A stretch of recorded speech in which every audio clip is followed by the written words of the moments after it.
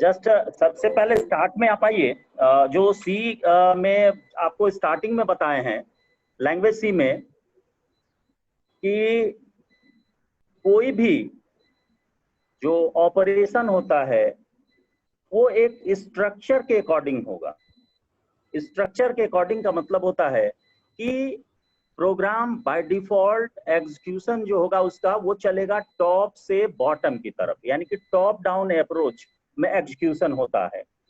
इस अप्रोच में प्रॉब्लम कहाँ जनरेट हो रहा है कि हर एक तरह के प्रोग्राम को, चाहे वो हमारा राइटिंग का हो, माने सिंपल जैसे कैलकुलेशन हो, या फिर यदि कोई एग्जीक्यूशन ही सिर्फ रहे, तो उस केस में हम सारे को सीक्वेंस स्ट्रक्चर के थ्रू एग्जीक्यूट नहीं करा सकते।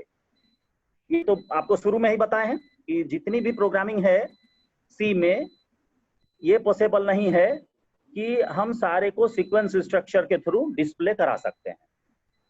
तो इसको कैसे हम एग्जीक्यूट कराएंगे, किस तरीके से कंट्रोल करेंगे, तो इसी के लिए एक कंसेप्ट आया जिसको कहा गया कंट्रोल स्टेटमेंट।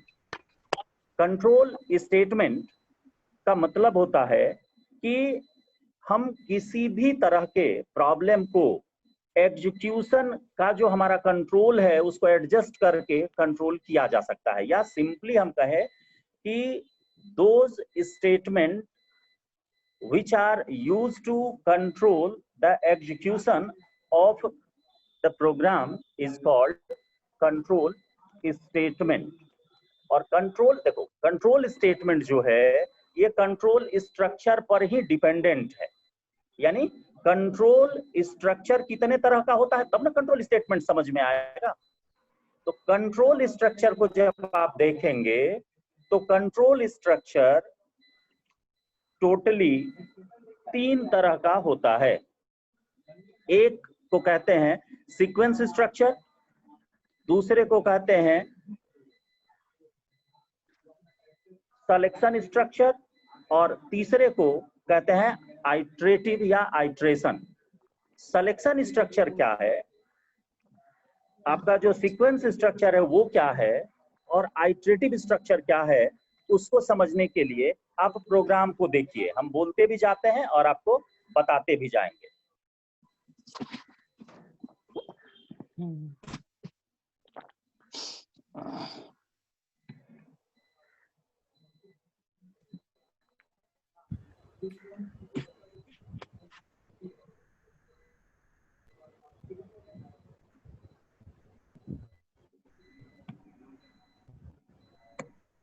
देखिए सीक्वेंस स्ट्रक्चर में जो भी प्रोग्राम का एग्जीक्यूशन होगा वो टॉप डाउन अप्रोच में होता है। तो जो नॉर्मल प्रोग्रामिंग विदाउट किसी कंडीशन का आप यूज करते हैं वो आता है सीक्वेंस स्ट्रक्चर में। जैसे देखिए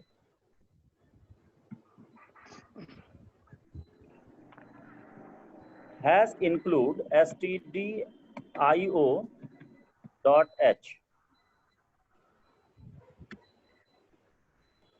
void main, इसके बाद यहां ले लीजिए आप इंट में a, b और c।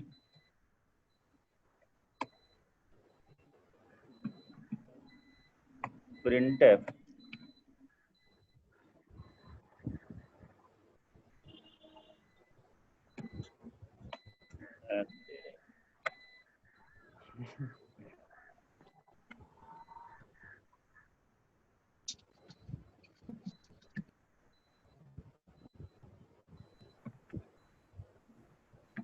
Inter any two integer.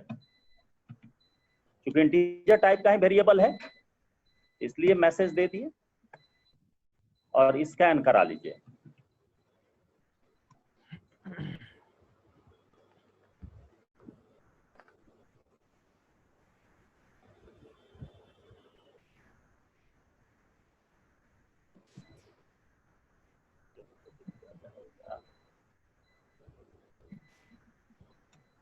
Address of A comma address of B,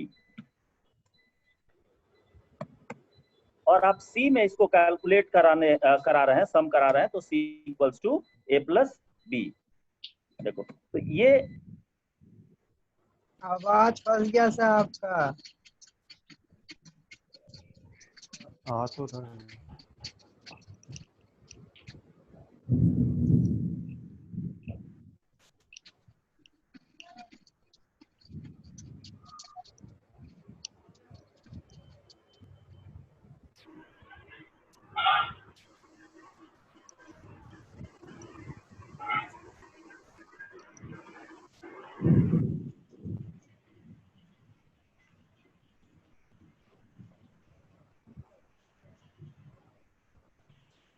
sir आपका आवाज नहीं आ रहा है।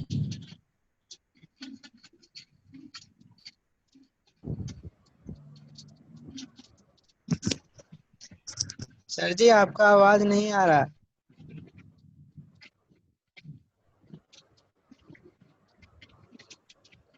अरे कोई बोलो यार।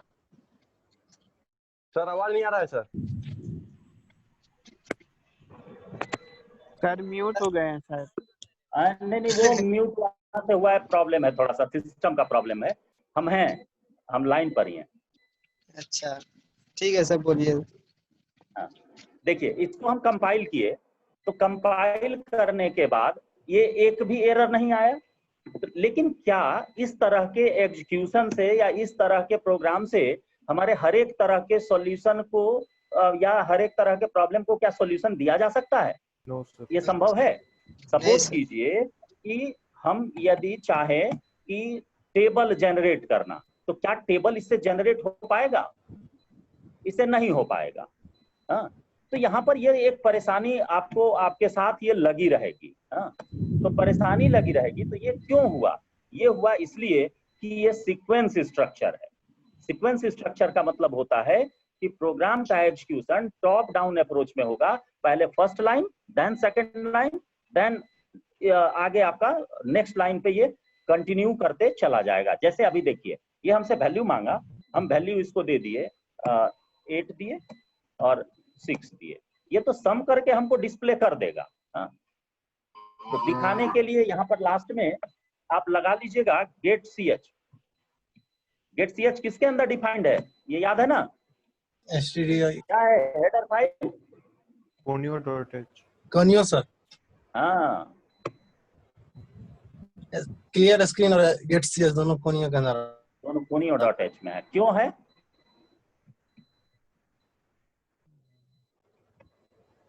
conio.h में क्यों है? कंट्रोल इनपुट क्यों है सर? क्योंकि वो दोनों कंसोल के इनपुट और आउटपुट के लिए रिस्पॉन्सिबल है। क्लियर करने के लिए, स्क्रीन को क्लियर करने के लिए, स्क्रीन पर रोकने के लिए वो रिस्पॉन्सिबल है।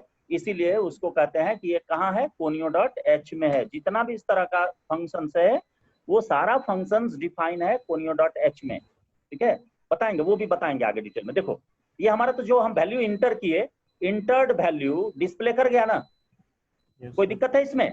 ये लेकिन सीक्वेंस स्ट्रक्चर हुआ। दूसरा स्ट्रक्चर है जिसको कि सिलेक्शन स्ट्रक्चर कहते हैं। तो सिलेक्शन स्ट्रक्चर का मतलब होता है कि जो पूरे एग्जीक्यूशन में अलग अलग तरह के कंडीशन को चेक करा, या सिंपली हम कहेंगे उसको कि जो एग्जीक्यूशन के पहले कंडीशन को चेक करने की फैसिलिटी दे कि आफ्टर सेटिस्फैक्शन और dissatisfaction of the given condition हमारा एग्जीक्यूशन होगा, और दोनों का एग्जीक्यूशन अलग अलग होगा। यदि वो सेटिस्फाई करता है तो उसके लिए अलग एग्जीक्यूशन, और यदि डिससेटिस्फाई होता है तो इसके लिए भी अलग एग्जीक्यूशन होगा।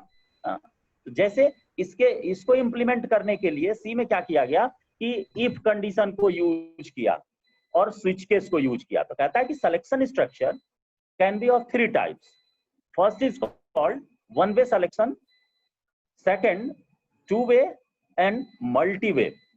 3 तरह का हो गया। बात को ध्यान देना, स्ट्रक्चर की बात कर रहे हैं। 3 तरह का स्ट्रक्चर हो गया, one way, two way and multi way. One way, multi way. तो वन वे स्ट्रक्चर को जब इंप्लीमेंट करने की बात आती है तो वहां पर इंप्लीमेंटेशन के लिए हम लोग यूज करते हैं इफ कंडीशन को, ओनली इफ। ठीक है, तो सिर्फ हम इफ कंडीशन को यूज यूज करते हैं। तो इफ का कंडीशन क्या कहता है, कैसे उसको लिखते हैं, देखो हम सिंटेक्स भी तुमको सामने लिख रहे हैं। इफ और फिर ब्रैकेट में देते हैं हम लोग कंडीशन। Yes. अभी बोर्ड इसी को मान लो, और नीचे आकर के देते हैं स्टेटमेंट। यही ना इसका सिंटेक्स होता है कि इफ कंडीशन यदि दे रहे हैं तो यहाँ करली ब्रैस जो देते हैं, तो करली ब्रैस क्या है, क्या कहते हैं करली ब्रैस को? ये एक पंक्चुएटर है, ब्लॉक ध्यान देना। हाँ, पंक्चुएटर है और इसका काम क्या है, ये ब्लॉक का फॉर्मेशन करता है।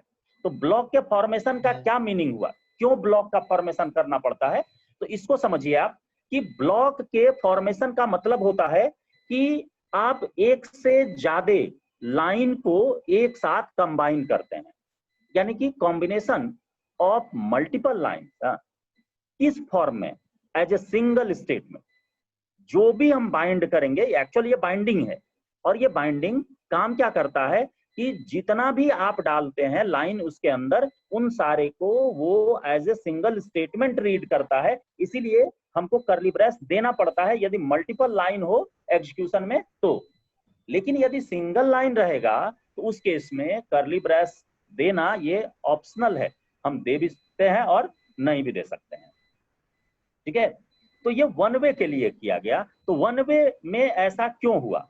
तो वन वे में ऐसा इसलिए करना पड़ा क्योंकि यहाँ पर एक ही स्टेटमेंट दिखेगा या एक से ज्यादा स्टेटमेंट दिखेगा, लेकिन तब दिखेगा जब दिया हुआ कंडीशन, यानी कि गिवन कंडीशन जो है वो ट्रू रिटर्न करे।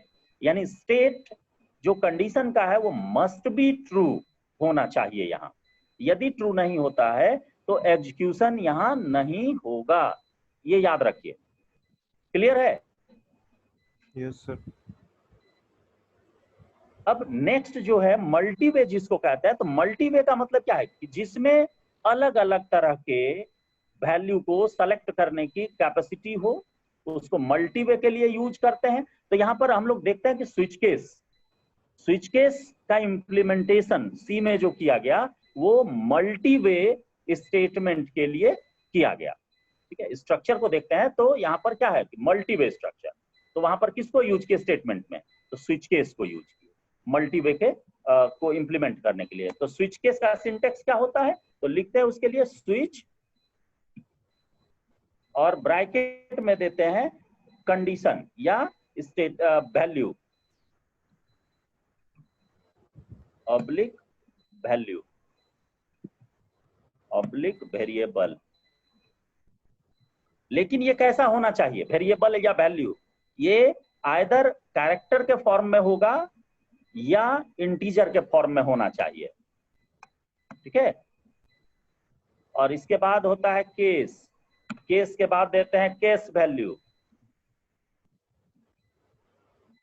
और फिर कोलोन से इसको सेपरेट करते हैं केस वैल्यू को, और नीचे लिखा जाता है स्टेटमेंट, और लास्ट में हर एक केस को टर्मिनेट करना होता है ब्रेक से। ब्रेक क्या है,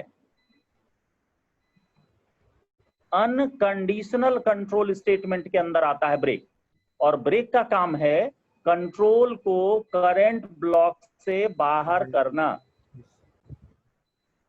करंट ब्लॉक से बाहर करना।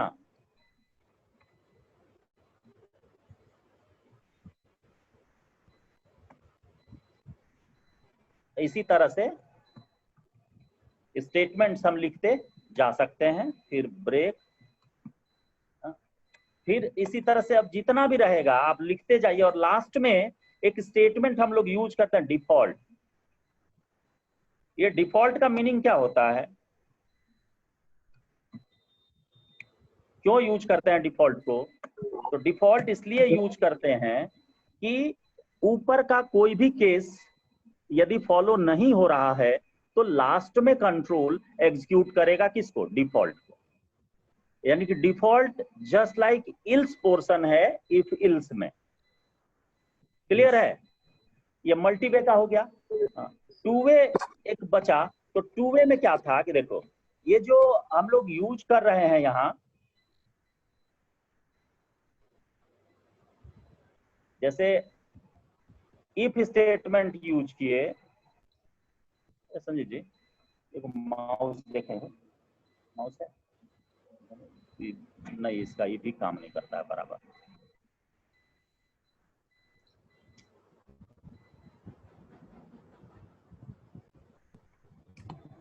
देखो टू वे में क्या होगा कि इसी में जस्ट इल्स लग जाएगा इफ के साथ।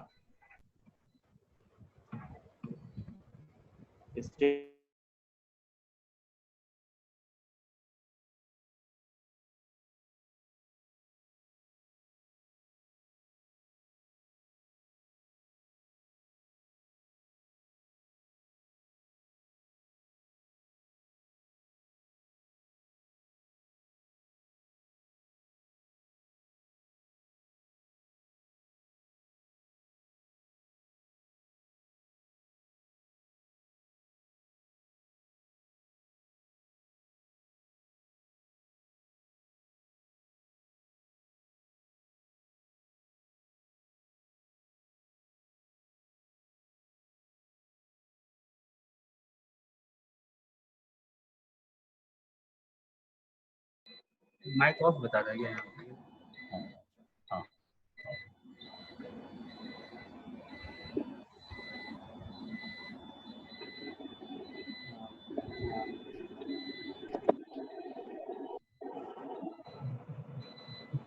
आवाज जा रही है? आवाज जा रही है? आवाज आ रहा है सर, पर आपका सिस्टम में दिख रहा है। एक मिनट, पूरा कम कर रहे हैं, पूरा कम कर रहे हैं। ठीक। साउंड कैसे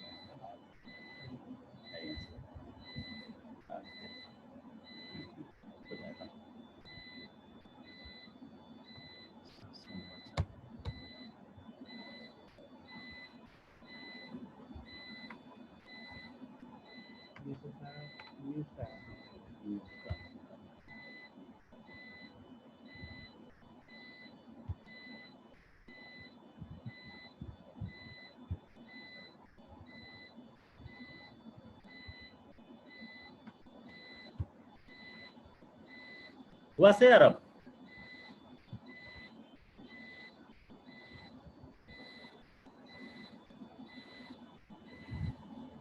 हेलो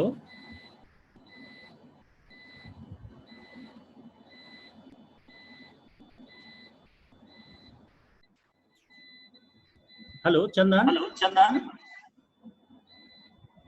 आवाज आ रही है सर। आवाज नहीं जा रही है? आवाज नहीं जा रही है?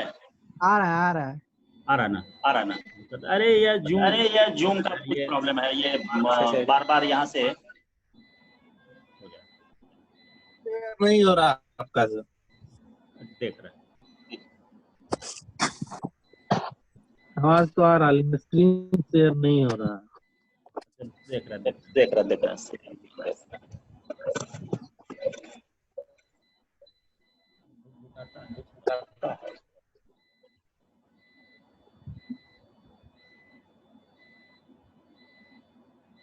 हो गया सर। अब विजिबल हुआ? अब विजिबल हुआ? हाँ सर। बीच में कट जा रहा है, इसीलिए। देखिए यहाँ पर तो यूज हम कर रहे हैं इल्स का, तो एक यूज हो रहा है। इल्स का मतलब हो गया कि जो सिलेक्शन को फॉलो करे, वहां पर हम यूज कर रहे हैं किसको? इफ इल्स को। ठीक है। अब यहाँ देखिए कि इसको हम इम्प्लीमेंट बढ़ेंगे। सर आपका आवाज इको हो रहा है, बार बार रिपीट कर रहा है आपका आवाज।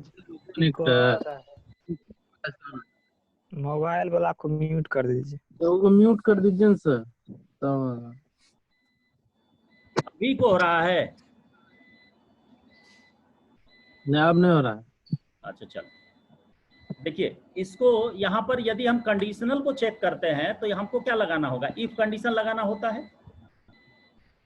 यदि इफ कंडीशन स्ट्रक्चर को ये फॉलो करता है, एक स्ट्रक्चर कहलाता है आपका कि वन वे स्ट्रक्चर और दूसरा कहलाता है आपका टू वे स्ट्रक्चर। और मल्टी वे के लिए यहाँ यूज करता है ये किसको, आपके स्विच केस को। ये सिलेक्शन स्ट्रक्चर के अंदर आता है ये तीनों। अब बात आती है कि इसके बाद कि लूप स्ट्रक्चर क्या है। आप डायरेक्ट स्टेट कंट्रोल स्टेटमेंट पढ़े हैं, स्ट्रक्चर आप नहीं जानते हैं। ये एक्चुअल में बेसिक में चला करता था, इसलिए आपको ये मालूम नहीं है, हम इसको बता दे रहे हैं। अब जब हम लूप स्ट्रक्चर को देखते हैं तो लूप स्ट्रक्चर दो तरह का होता है। लूप स्ट्रक्चर में पहला कहलाता है डू व्हाइल स्ट्रक्चर और दूसरा कहलाता है आपका डू अनटिल स्ट्रक्चर। तो डू व्हाइल स्ट्रक्चर का मीनिंग होता है कि जो कंडीशन के ट्रू होने पर ही एग्जीक्यूट करे वो आपका कहलाता है डू व्हाइल स्ट्रक्चर। और दूसरा जो डू अनटिल स्ट्रक्चर है, डू अनटिल स्ट्रक्चर कहलाता है कि जो कंडीशन के फॉल्स होने पर एग्जीक्यूशन करे या रिपीट करे अपने आप को, तो उसको कहते हैं डू अनटिल स्ट्रक्चर। सी में डू व्हाइल स्ट्रक्चर को सिर्फ फॉलो किया जाता है, डू अनटिल को ये फॉलो नहीं करता है। बात को ध्यान दीजिएगा, डू व्हाइल को ये फॉलो करता है, डू अनटिल को ये फॉलो नहीं करता है। तो ये एक स्ट्रक्चर को या स्ट्रक्चर की डिजाइनिंग है और इसी स्ट्रक्चर की डिजाइनिंग पर आपका डिपेंड करता है कंट्रोल स्टेटमेंट। तो कंट्रोल स्टेटमेंट को हम यदि डिफाइन करते हैं तो यहाँ हम सिंपली यही कह सकते हैं कि those statements which are used to control the execution of the program, that means कि आपका जो कंट्रोल है एग्जीक्यूशन का वो एक लोकेशन से दूसरे लोकेशन पर जंप कर सके, हम जहां चाहे उसको वहां पर ट्रांसफर कर सके, ये फैसिलिटी जो प्रोवाइड करेगा वही क्या कहलाएगा, कंट्रोल स्टेटमेंट कहलाएगा। कंट्रोल स्टेटमेंट को बेसिकली यदि हम कैटेगराइज करते हैं तो ये होता है कितने तरह का, चार तरह का। कौन कौन? तो एक होता है कंडीशनल कंट्रोल स्टेटमेंट, दूसरे को कहते हैं अनकंडीशनल कंट्रोल स्टेटमेंट, तीसरा है आपका मल्टीपल ब्रांचिंग स्टेटमेंट और कहते हैं आइटरेटिव या लूप स्टेटमेंट। ठीक है, ये टोटली आपका कितना हो गया, चार तरह का कंट्रोल स्टेटमेंट यूज होता है। तो कंट्रोल, अब इसमें पहला जो है कंडीशनल कंट्रोल स्टेटमेंट, तो कंडीशनल कंट्रोल स्टेटमेंट क्या है? वो कंडीशन लगा रहता है सर। तो कंडीशनल कंट्रोल स्टेटमेंट का मतलब होता है कि वो स्टेटमेंट जो कि कंडीशन को चेक करे और कंडीशन यदि सेटिस्फाई होता है तब उसका एग्जीक्यूशन करे, तो वो कहलाएगा आपका कंडीशनल कंट्रोल स्टेटमेंट। ठीक है,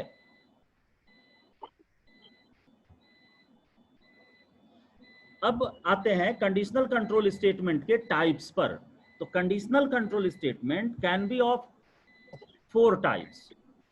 first is called if, second if ills, third if ills if and fourth nested if.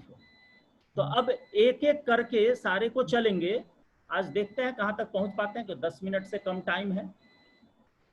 देखो, सपोज करो इफ कंडीशन को हम यूज कर रहे हैं, तो हमारे लिए यहाँ पर एक ही यदि कोई नंबर है और उसी को टेस्ट करना है, चेक करना है कि वो नंबर इवन है या ऑड, तो हमको यहाँ पर क्या लिखना होगा, इफ लगाएंगे और इफ लगा करके हमको देना होगा कि ए और मोड किससे, 2 से, और इक्वल टू 0। यदि ये 0 होता है तो ये क्या कहलाएगा, इवन। प्रिंटफ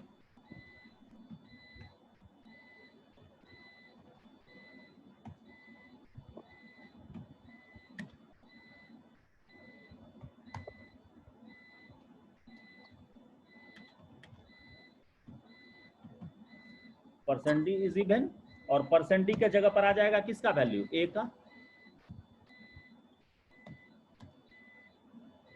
इसको बंद कीजिए, फिर इफ लगाइए और इफ में आप लिखिए कि A mod 2 equal to not equal to 0 exclamation mark equal to 0।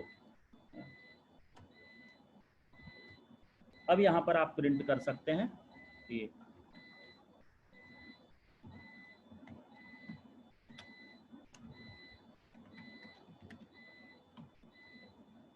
Number is odd, या नंबर के जगह पर आप %d इसमें भी दे दीजिए।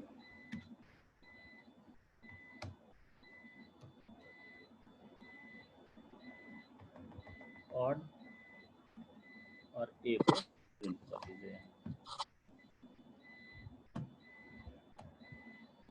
कर्ली ब्रैस बंद कीजिए, इसको हटा दीजिए, इस प्रिंटफ का जरूरत नहीं है। नीचे जो सिंटेक्स लिखे हैं सारे सिंटेक्स को हटा दीजिए, सिंटेक्स का भी यूज नहीं।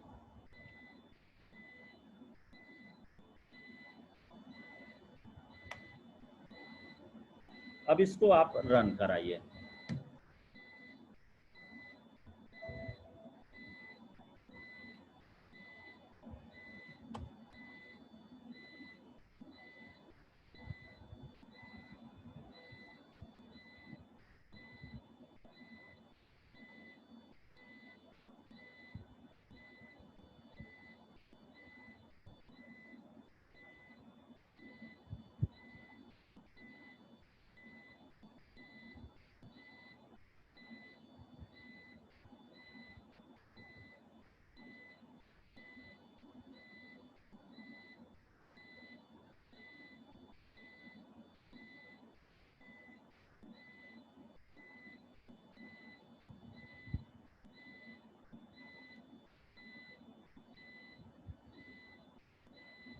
देखो नंबर मांग रहा है, यहां से अब आप नंबर इंटर कीजिए कोई भी। तो जैसे मान लो हम 5 देते हैं, तो ये क्या होगा, इवन होगा या ऑड होगा? बोलो, इवन है या ऑड है? ऑड होगा। ऑड होगा। ऑड इंटर करिए, देखिए 5 इज ऑड। इसी तरह से आपको नेक्स्ट टाइम फिर एग्जीक्यूट कराना है, तो फिर आप आ जाइए,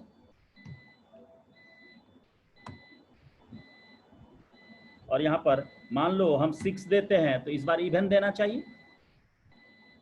यस सर। 6 is even. तो ये इफ कंडीशन जो हम लगाए, तो यहाँ पर आप देखिए कि हमको 2 बार उसको यूज करना पड़ा। एक बार यहाँ किए हैं इफ और a mod 2 इक्वल टू 0, और फिर इसमें हम किए a mod 2 not equal to 0। तो ये जो अलग अलग कंडीशन दिए, ये इसलिए देना पड़ा क्योंकि हम यूज कर रहे किसको, वन वे को यूज कर रहे हैं, इसलिए हमको यहाँ पर 2 अलग अलग रास्ता, 2 अलग अलग ये नहीं दिख रहा है। हाँ, हमको यहाँ पर दिखाना पड़ा कि एक एक करके 1 by 1 एक ही उसका रास्ता है, एक ही कंडीशन उसमें लगा सकते हैं, उसका इल्स पोर्शन यूज नहीं होता है। ठीक है,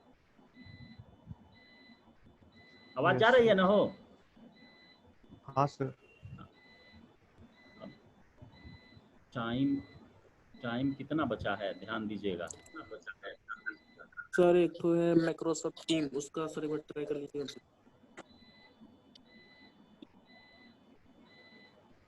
इस पे सर प्रॉब्लम होता है। खैर जैसा भी होगा वैसा देख लेते हैं। नेक्स्ट का भी फिर क्लास है।